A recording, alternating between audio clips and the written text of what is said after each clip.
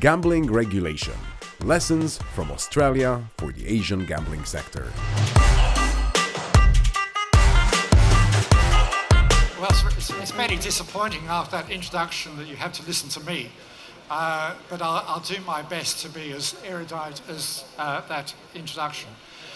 Thank you for those of you who are staying, and I think the first question that needs to be asked here is why and how can Australia give any lessons to the Asian gambling market?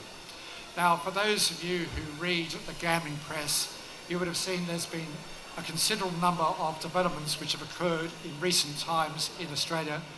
Many of those are relevant absolutely for those markets in Asia which are regulated, and as I mentioned in the previous panel, for those which are considering introduction of gambling regulation. But let's first of all talk about what are the characteristics of the Australian gambling market.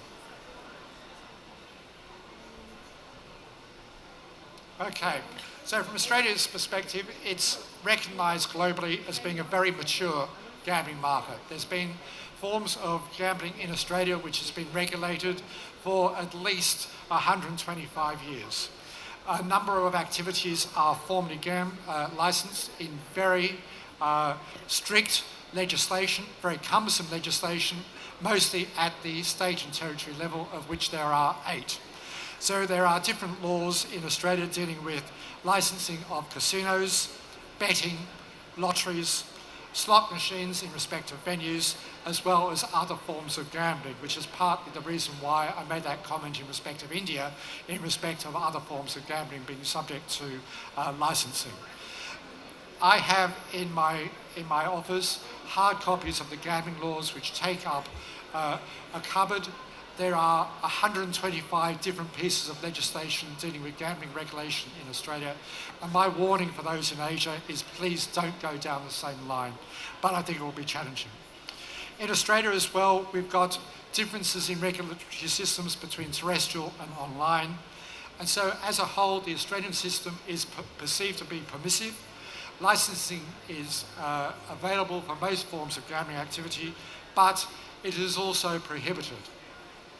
There is a strong grey market in Australia due to prohibitions in place in respect of online gaming and in respect of online sports betting in play, and they are prohibited.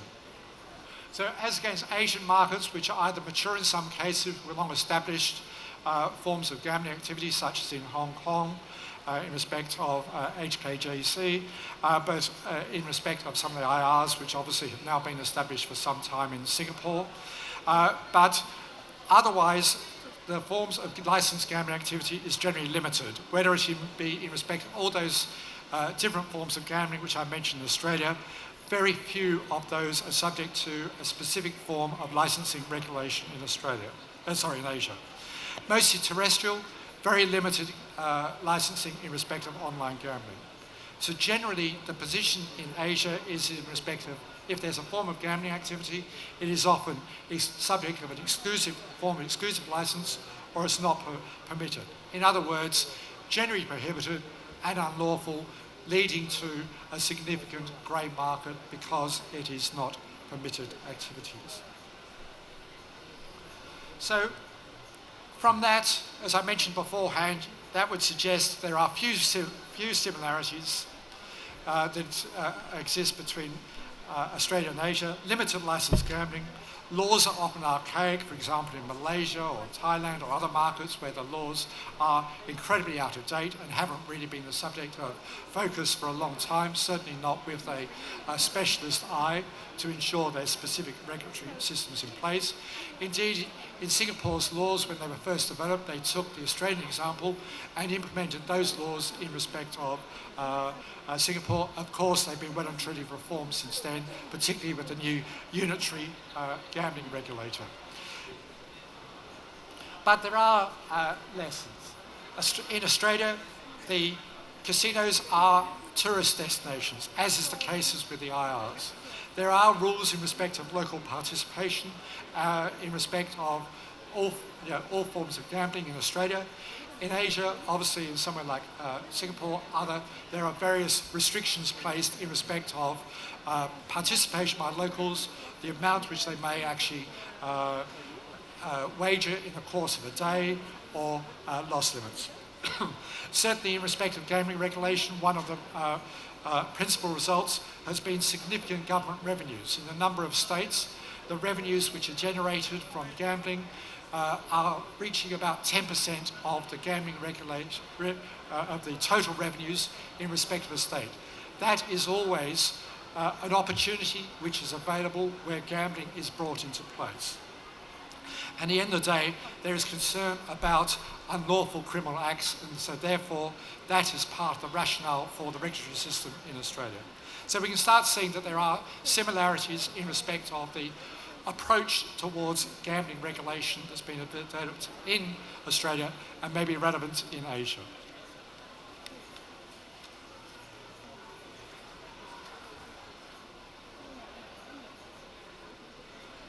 So, as I mentioned, integrated resorts, tourist destinations to try to bring in people both locally and also from other countries. Exclusivity has been granted, significant revenues are generated in respect of the integrated resorts and other forms of gambling. In Australia, we have seen that the difficulty that has occurred as a result of these exclusivities is that the companies are essentially public companies, so they have a number of persons to whom they are required to report and in whose interest they are provided to engage. The principal difficulty has been that they are public companies, so their principal duty is not necessarily to governments, who are the parties granting licenses, but to their shareholders. And so therefore they had to ensure that there is an appropriate level of return. Long established. The issue that's arisen in respect of long established operators is that there ends up being a form of interdependence between the government and the regulators with the casinos. They get to know each other too well. This came out in respect of the West Australian Royal Commission, where it found that one of the regulators there went on regular fishing trips with a number of the personnel leading management of the Crown Casino. Incentives to tourists in respect of whether it's in respect of junkets or other forms of incentives brought to bring people overseas. But at the end of the day, they're just another public company. And what this has brought into place, and is extraordinarily relevant for Asia, is whether or not what has actually been granted to the regulated licensees is whether they have been granted a license or are they operating a social license. And that essentially distinction has been lost. How did it eventuate? Well,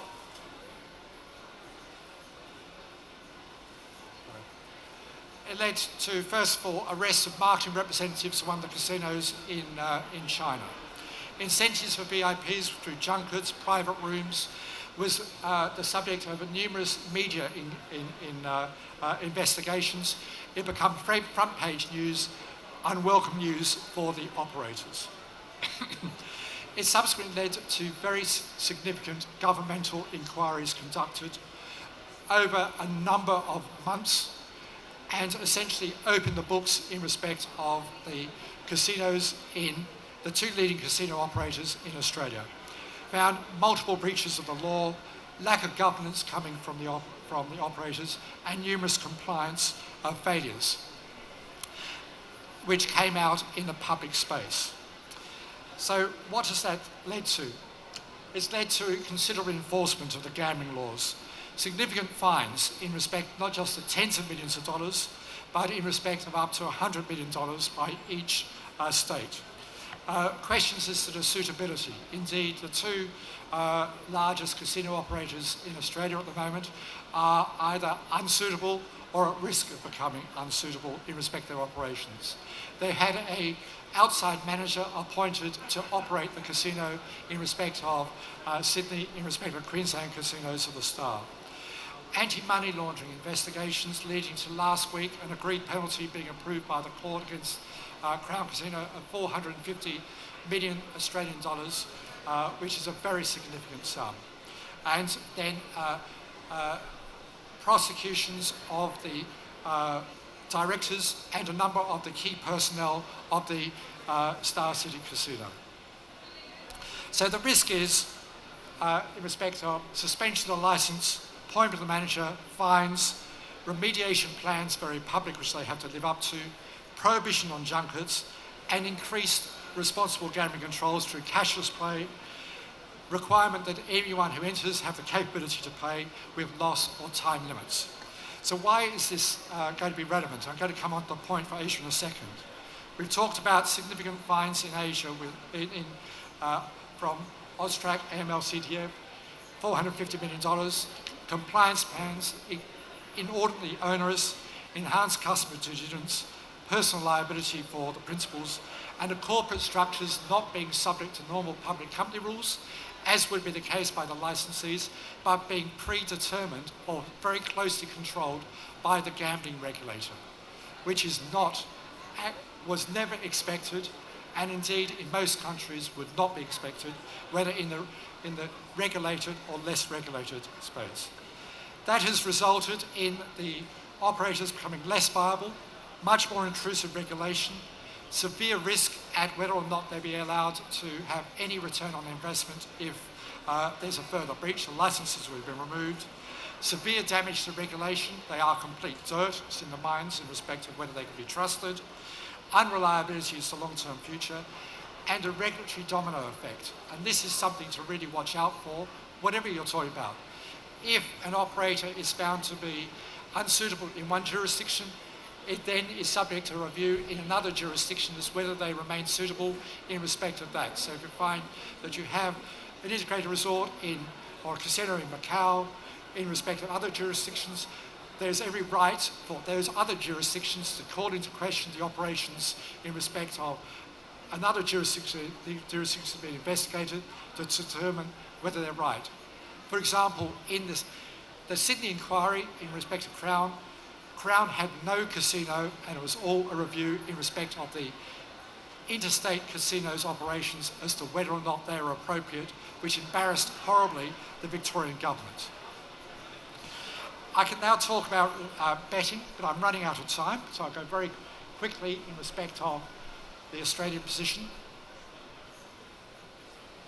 Okay, so in respect of betting, the history in Australia, traditional limited market. It was opened up, and this has been the same as we just heard from Harmon in respect of Holland.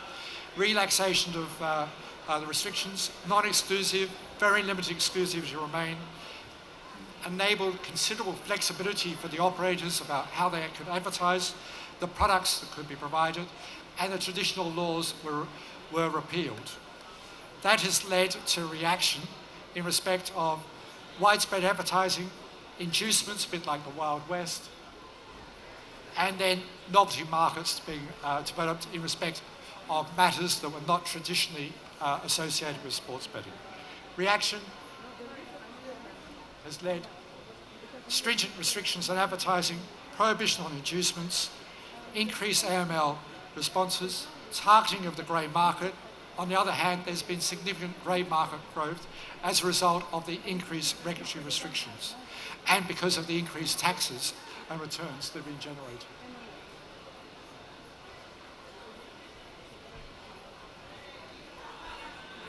So the lessons for Asia are, we've got a prohibitionist model in most jurisdictions between whether or not we allow that or a permitted regime. If permissive, what controls should be put in place? And this is the crux in looking at all levels of control, because if the controls are not appropriate, then if there's any weakness in respect of the restrictions, then essentially they're going to be called to question. Media interest will lead to investigation.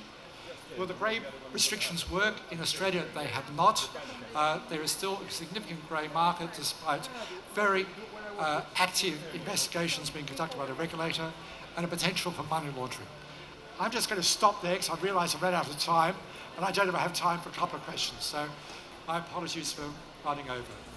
Not enough time.